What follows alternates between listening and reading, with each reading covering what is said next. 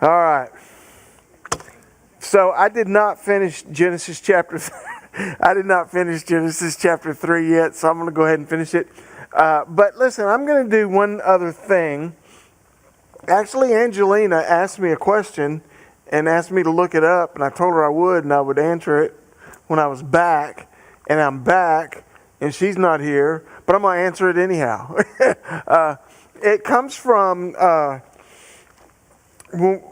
we're having this discussion in Genesis chapter 3, and we're talking about Satan. We're having this discussion of who Satan was. And I read to you a passage from Ezekiel chapter 28. Now, everybody knows the passage in Isaiah. Ezekiel 28 is a little less familiar passage. It is sort of the same ilk, I guess. I don't know, lack of a better way to say it, as the Isaiah passage. So if you see the Isaiah passage as referring to Satan, then you're as being bigger than just that particular king that it's referring to. If you see it having a bigger fulfillment in Satan, then you also do in Ezekiel chapter 28. And I do, by the way. So while he is talking about the king of Tyre, it is obvious that it's bigger than that, and that it's beyond that. So verse 14 is really the verse that she had a question about. But listen, I'm going to go ahead and read. I'm going to start in verse 12 just so you can understand what I'm trying to say. He says, "Son of man, take up a lamentation for the king of Tyre, and say to him, Thus says the Lord God, you were the seal of perfection, full of wisdom and perfect in beauty. You were in Eden, the garden of God. Every precious stone was your covering, the sardius, the topaz, a diamond, beryl, onyx, jasper, sapphire, turquoise, and emerald with gold. The workmanship of your timbrels and pipes was prepared for you on the day you were created. You were the anointed cherub who covers. I established you. You were on the holy mountain of God. You walked back and forth in the midst of the fiery stones. You were perfect in your ways from the day you were created till iniquity was found in you." So you can read on some more, even some more. It talks about in verse 17, it says your heart was lifted up because of your beauty, and this sort of thing. But she had a question about verse 14. It says, you were the anointed cherub who covers. And so she was just like, I want to know what that means. What does that mean? And of course, sometimes she reads, her Bible is actually, I guess it's Russian. So which is a good question. It's again, I believe it's talking about Satan. And I believe that he says that you're an anointed cherub. So first of all, we understand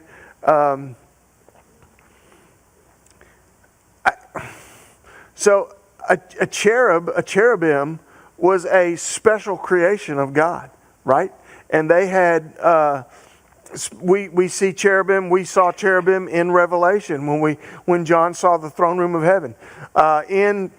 Specifically in Genesis. Well, I guess we technically haven't seen it yet. No, yeah, we did. When they sinned, there were two cherubim placed at the gate of the Garden of Eden to guard it and to keep them from going inside. So the created beings with a special, he says, I anointed you. And this idea of the cherub who covers, actually, as I looked it up, I read a whole lot of stuff, and I read a bunch of different translations.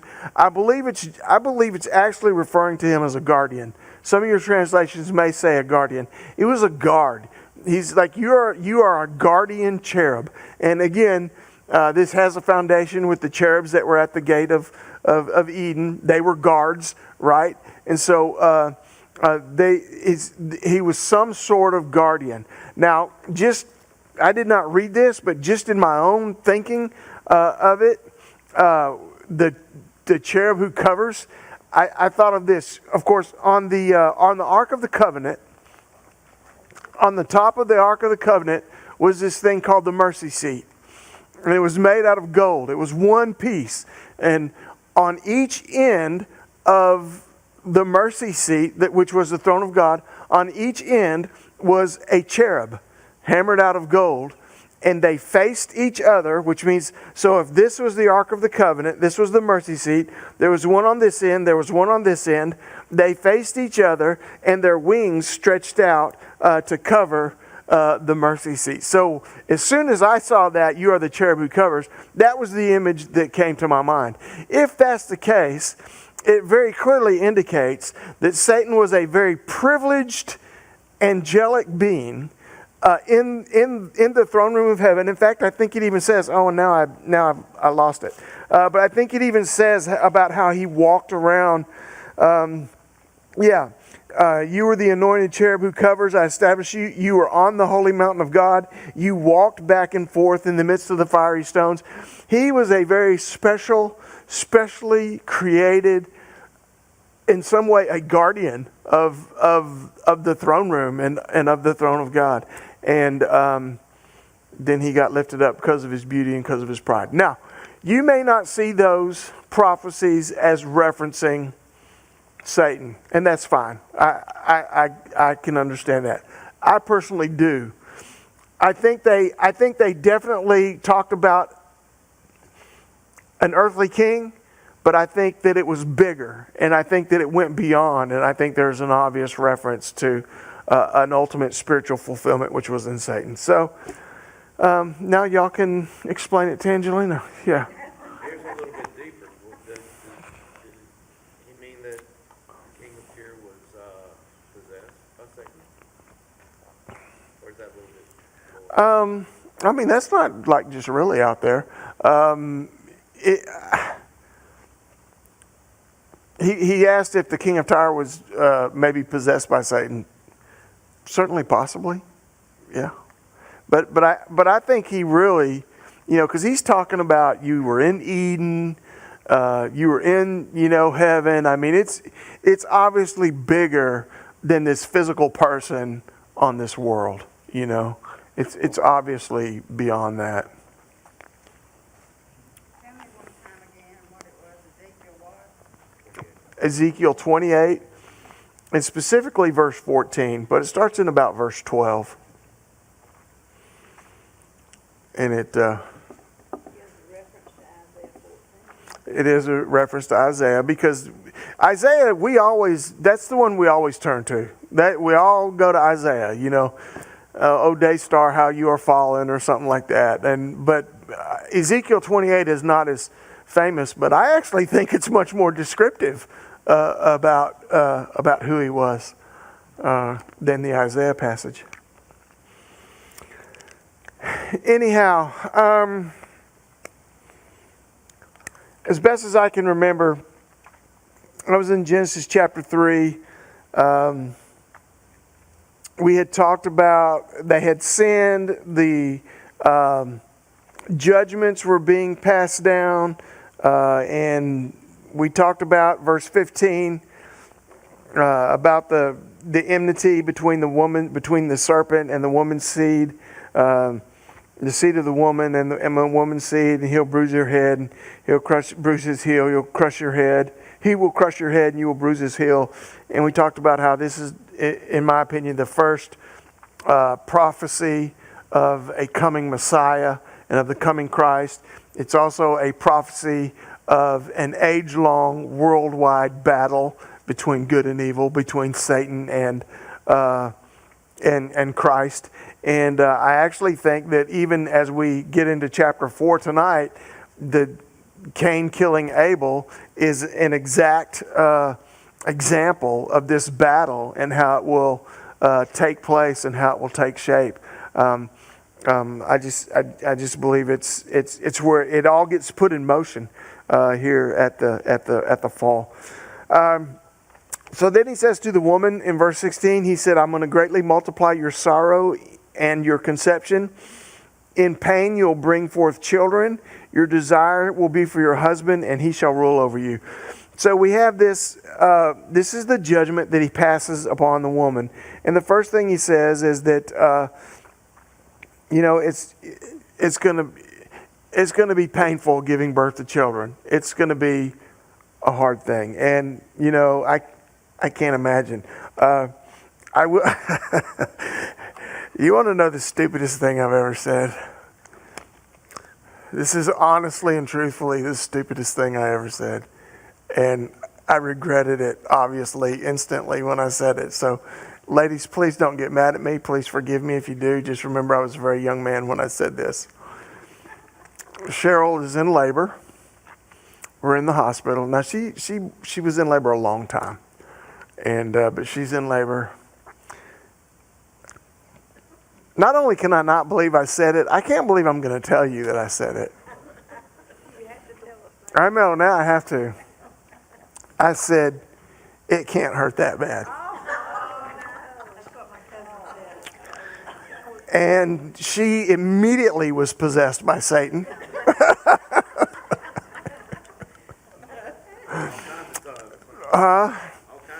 Yeah, but look, so that's part of the curse, though, and I'm sorry that is that way, but it is definitely part of the curse.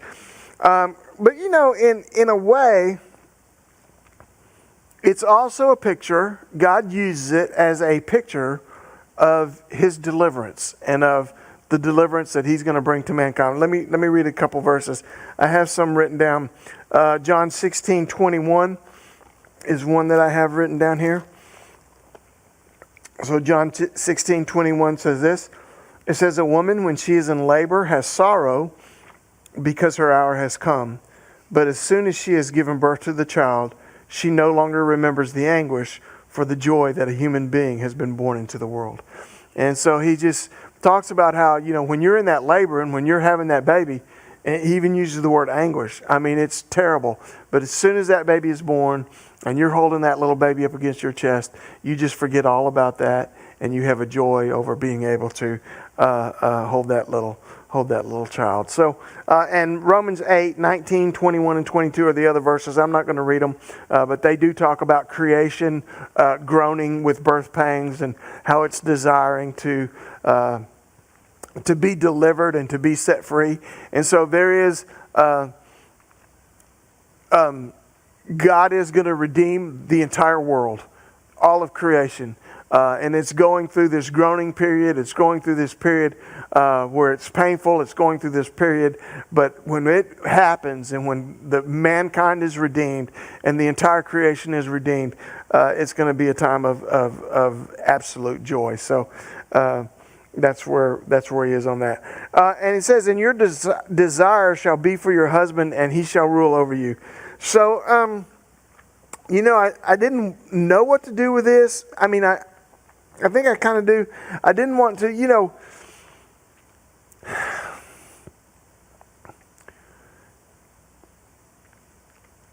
Let me just say it like this. So if you look around the world and past, you know, our nation is very much about equality. And very much, and I'm not against that. Don't misunderstand what I'm about to say. I'm just saying, and especially, and even, you know, male-female equality. I think Jesus was for equality. Don't misunderstand what I'm saying.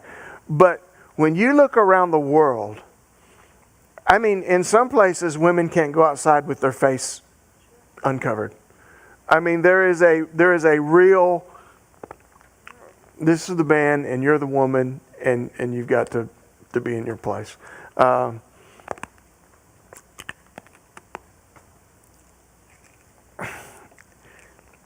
Is part of the curse. All right? And that whole philosophy that took shape and grew and still exists in some countries, it's not what God wanted. It's not the way God intended it. It comes from the curse. It comes from the fall. And so I do believe that God is for equality. I do believe that Jesus is for equality. There's neither Jew nor Greek, male nor female, Paul writes. So Christ doesn't see and make that kind of distinction. But as a part of the fall, God,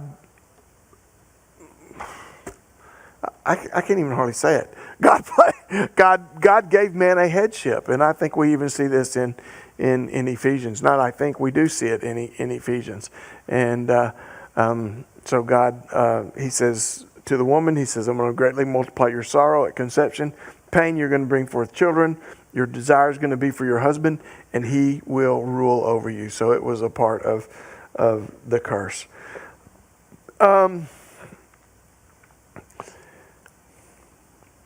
To the man, he says, to Adam, he said, verse 17, because you have heeded the voice of your wife, and you've eaten from the tree of which I commanded you, saying, you shall not eat of it.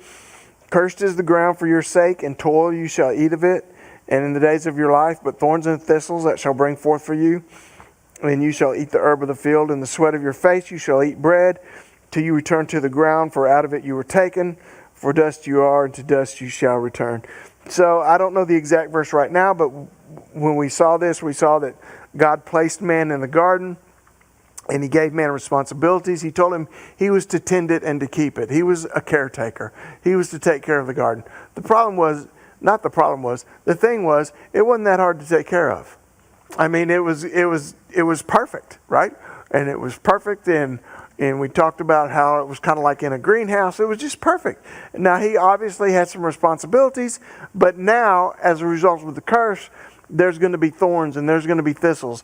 And man now has to work hard, and he has to work the ground. He has to till the ground, and he has to plow the ground, and he has to weed. And you know, there was one thing.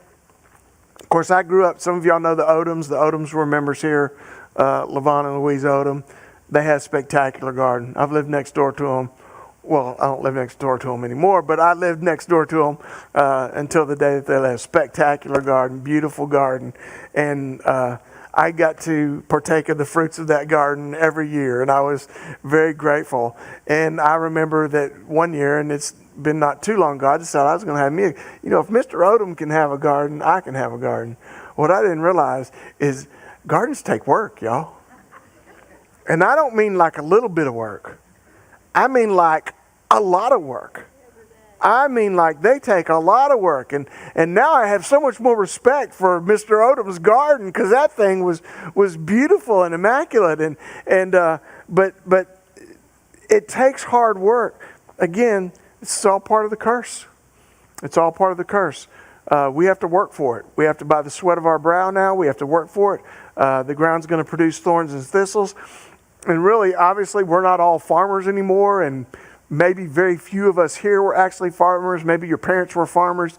But even, I think the principle itself carries over into all of our lives, that there is a labor to work now. And there is a real, whereas in the beginning it was just attending and keeping, and it was easy, and it just happened, and it was natural. But now there's a real labor to going to work, and it's taxing, and we have to actually work hard. So,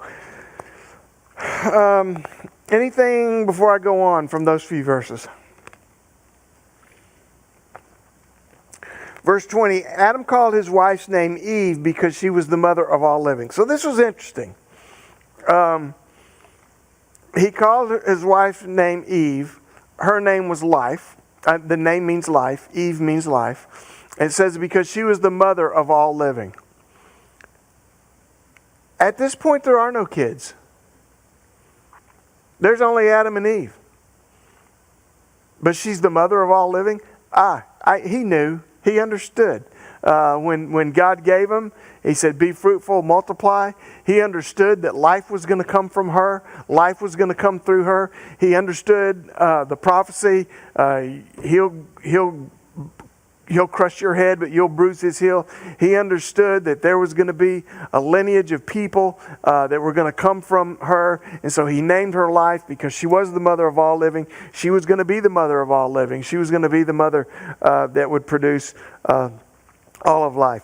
Verse 21, also for Adam and his wife, the Lord God made tunics of skin, and he clothed them. The Lord God said, behold, the man has, let me stop at verse 21. And as for Adam and his wife, the Lord God made tunics of skin, and he clothed them. So God made some skins, some animal skins, and he covered them up. Remember, they were naked and they were hiding, and from when they had eaten. I know, and I don't make as big a deal about this as a lot of people do, but a lot of people want to say, he had to cover them, and to do it, he had to slay an animal. and it was a precursor to the animal dying to cover us for our atonement, the lamb. And I don't really deny that. I also don't emphasize it as much as probably a lot of people do. Certainly, I think something happened there. And I'm even wondering if maybe they didn't have to watch as God slew an animal and took the skin and made something to cover them up. And in having to watch that, they understood or could begin to understand the seriousness of what their disobedience did. You know, the movie The Passion of the Christ, did y'all ever see that? I thought that movie was very powerful. Just the whole, really the scourging scene was what really got to me. The scourging all the way up to the cross. And when I came out of the theater, I had this great impression because I saw visually how serious sin really is. That sin isn't just a, oh well, I did something wrong. God forgives me. That it was serious. And there was a serious price to pay. And I wonder if Adam and Eve didn't watch God slaughter that animal. Remember, there's been no death. Remember, they've had nothing but fellowship with everything in the garden up to now. They named all those animals. Remember that. Adam named them all. He knew them all. And now they had to sit there and watch God slaughter one of them to make them some clothes. And they could begin to become aware of how serious sin is and how serious God takes sin. And we could learn a lesson from that. I say it a lot. I say it all the time. Didn't the priest, when they committed sin, didn't they have to lay their hand on the animal? Yes. And then he was killed? Yes. And it's like there was sin was transferred to the animal. Yes. And so they were right there. Yes. They had to put their hand on. There's one, and there's so many different offerings in so many different ways, but there's one where the person that brought it actually killed it. You know, but yes, you're right. They were right there. They were right there.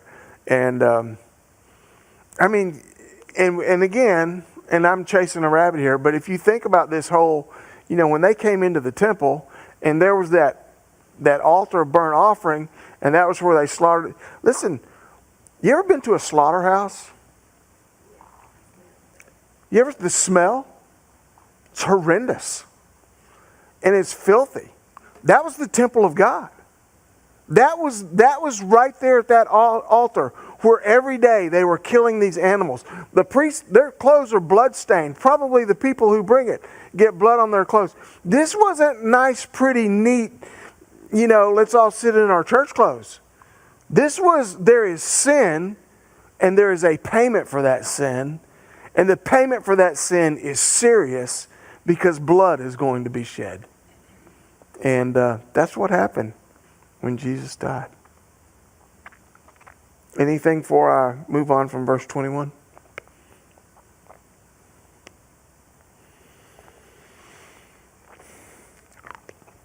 So verse 22, then the Lord God said, behold, the man has become like one of us to know good and evil. And now lest he put out his hand and take also of the tree of life and eat and live forever. Therefore the Lord God sent him out of the Garden of Eden to till the ground from which he was taken. He drove out the man. He placed the cherubim at the east of the Garden of Eden with a flaming sword which turned every way to guard the way to the tree of life. So they had to be put out of the garden. They had to be put out of the garden because God didn't want them to eat from the tree of life. Because if they ate from the tree of life, they would live forever. What's wrong with that, right? That's the goal, right? To live forever. The problem is they were now in sin. And they couldn't live, God did not want them to live forever unregenerate. You understand what I'm saying? Unconverted. He didn't want them to live forever in their sin before he provided that sacrifice for their sin. Because if you live forever in your sin and with your sin, what does that mean? It's not heaven, right? Right? So he put them out of the garden. It was actually an act of mercy. And he guarded the garden with the cherubim, the guards. All right. That's You said earlier, I'm glad you're not 20. right. Right. Way out. Right. So chapter 4. Now Adam knew Eve his wife, and she conceived, and she bore Cain. And she said, I have acquired a man from the Lord. And then she bore again, this time his brother Abel. Abel was a keeper of sheep, but Cain was a tiller of the ground. So Eve has a couple of sons. The first one's name is Cain. The second one's name is Abel. Now there's one thing that's going to be clear about this is in the process of this story, we see that Cain and Abel come to worship God.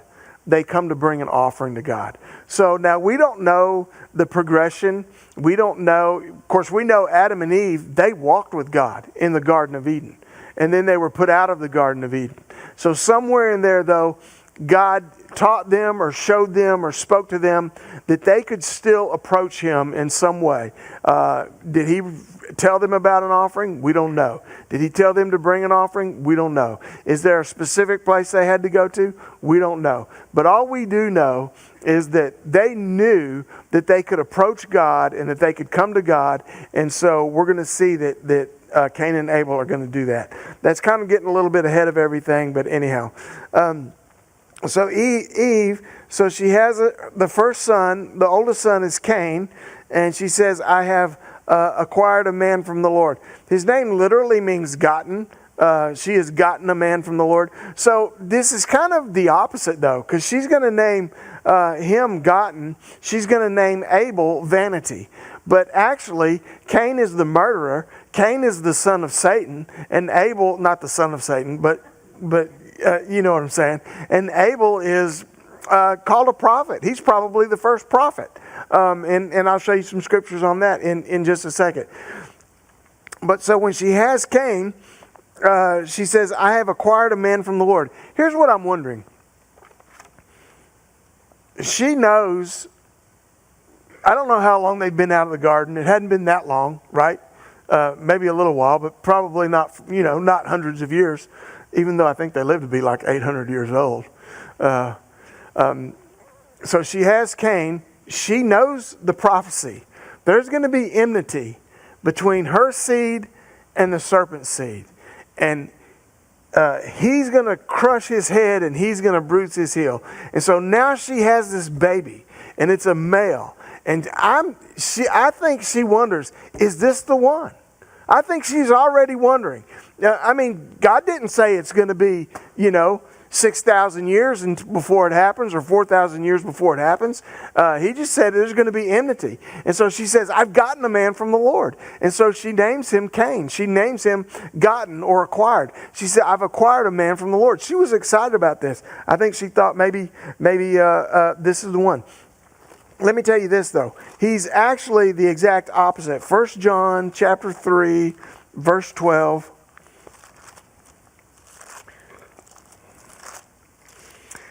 And I'm going to go ahead and read it. And we'll refer to it again. I'm going to start in verse 11. For this is the message that you heard from the beginning, that we should love one another. Not as Cain, who was of the wicked one and murdered his brother. And why did he murder him? Because his works were evil and his brothers were righteous. So he calls Cain here a wicked one who murdered his brother. It says he was of the wicked one. He's from Satan. He actually does not represent the seed of the woman that's going to crush Satan's head. He actually represents the seed of Satan who's going to bruise Christ's heel. If there's any representation here, because he is of Satan. Now Abel, actually I don't want to do that one just yet. I'm going to read Matthew 23:35 for Abel.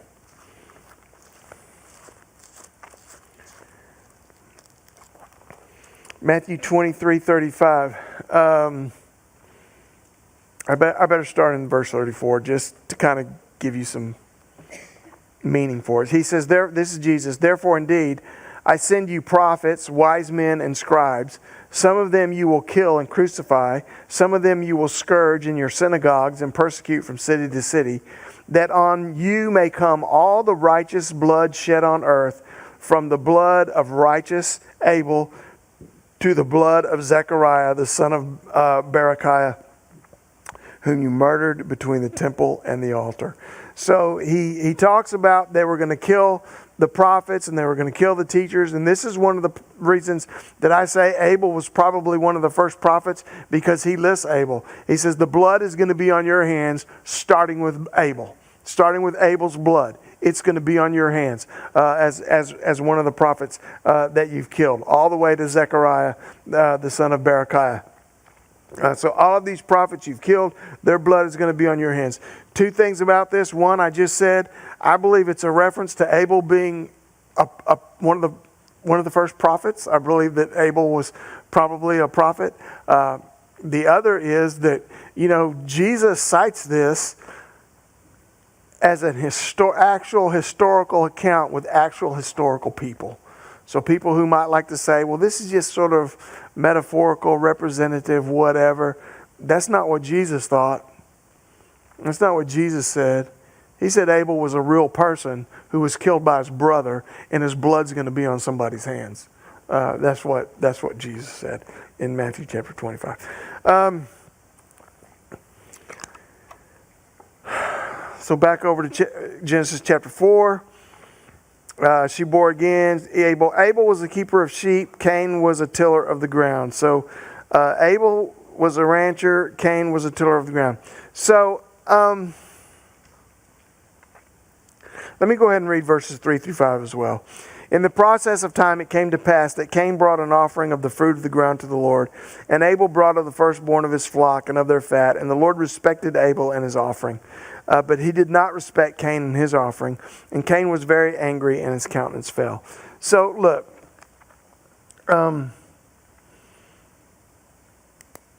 what we like to do here is we like to say,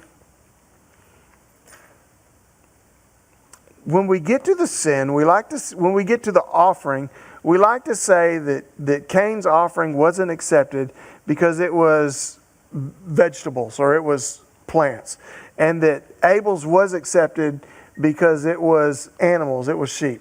First of all, I want you to know that nowhere in the Bible does it say that. And we're going to look at what it does say in the Bible about why Abel's was accepted and Cain's was not. It really had to do with a matter of a heart, and it really had to do with a matter of faith. It does say that Cain was a tiller. What does it say exactly? A tiller of the ground? What does it say? Abel was a keeper of sheep, and Cain was a tiller of the ground. Now, Abel was a keeper of sheep. Now, I want you to take this into account as well. At this point in history, they are not eating meat.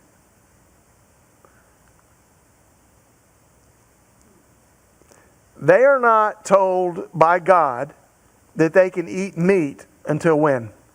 Does anybody know? After the flood.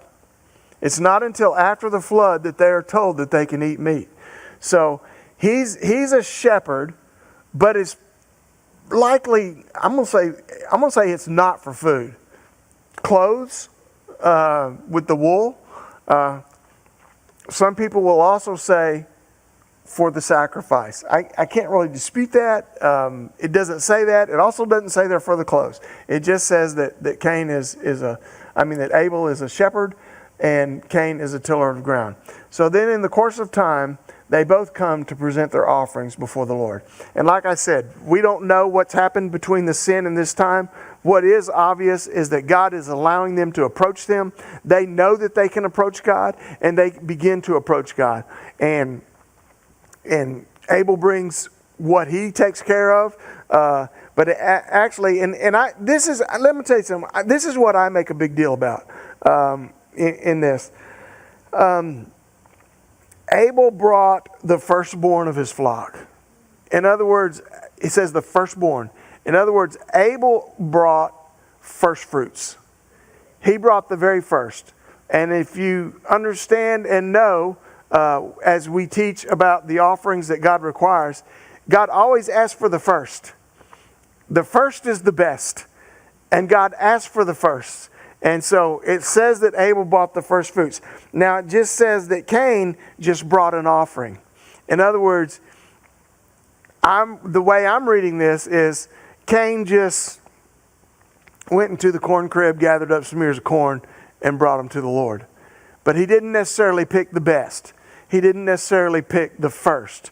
But Abel did. Abel brought the first fruits. Abel brought the first. It was accepted, and Cain's was not. Because Cain just brought something. You know, you understand that God really doesn't need what I have? You understand that? You understand that God really doesn't need what you have? Right? But there is something bigger that's happening when God asks us to give. And when you give the first and the best, it's an act of faith. It's an act of faith. In fact, I'll tell you this. The only real biblical thing that I think we can hang our hat on as to why Abel's offering was accepted and Cain's was not is because Abel's was offered in faith. How do I know that? Hebrews chapter 11. Hebrews chapter 11, verse 4. By faith, Abel offered to God a more excellent sacrifice than Cain. It was by faith. Why was Abel's accepted and Cain's was not? Cain was ritualistic, going through the motions, checking off a checklist, doing something because I guess I have to. What about Abel? Abel was trusting the Lord. Abel was giving in faith.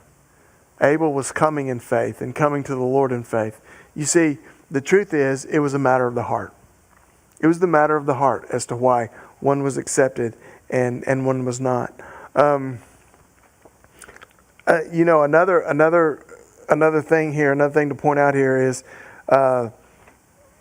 verse 5, it's, but he, God, did not respect Cain and his offering, and Cain was angry and his countenance fell.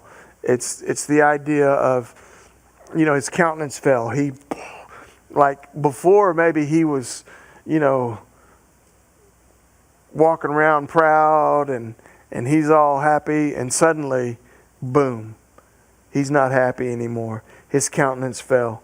What was the sin that got Satan? Pride. I wonder if that's the same sin that got Cain. Pride. The countenance fell is an indication that he might have. Am I getting close? I'm getting close to the end, and I'm whatever. We got 10 years to get through this, or however long. Maybe the Lord won't wait 10 years. That would be okay.